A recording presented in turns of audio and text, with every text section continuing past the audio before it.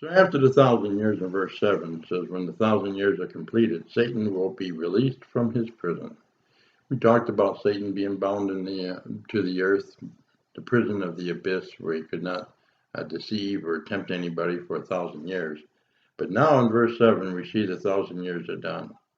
And it says here, and he will come out to deceive the nations which are in the four corners of the earth, Gog and Magog, to gather them together for the war, and number of them is like the sand of the seashore.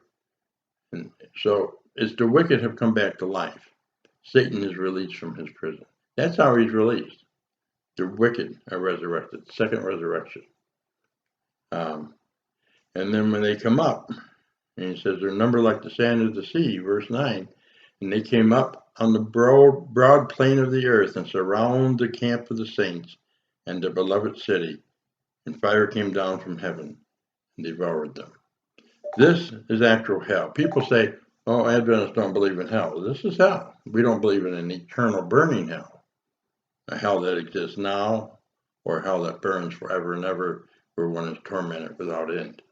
But we do teach and believe in hell, and this is where you find it. So the devil, who had deceived them, when this fire starts coming down, he's thrown into the actual lake of fire and brimstone, where the beast and the false prophet are, the unholy trinity. And they'll be tormented day and night forever and ever. So is there torment forever and ever? Where they're suffering forever and ever? Or are they tormented or turned over day and night? And that tormenting has forever results. Because that word torment is also used in a story with the apostles on the Sea of Galilee, where the boat was tormented forever. And that's what's called, the waves were pushing at it and attempting to turn the boat over. So judgment at the white throne of God is what happens. Verse 11, I saw a great white throne, and him who sat on it, from whose presence earth and heaven had fled away, and no place was found for them. So the old earth was eclipsed by the white throne. I saw the dead, the great and small, standing before the throne. Books were opened. Another book was opened, which is the book of life, and the dead were judged from the things which were written in the books according to their deeds.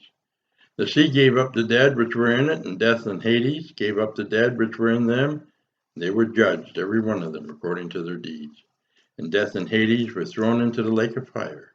This is the second death, the lake of fire. And if anyone's name was not found written in the book of life, he was thrown into the lake of fire. So hell is an annihilation, but it accomplishes the purpose that those who are not saved are destroyed. And in this destruction, we go to chapter 21 with the new heavens. That's the atmosphere we're talking about, not a heaven as in the abode of God. The new heaven and the new earth. We'll be there next time. Thank you. Blessings.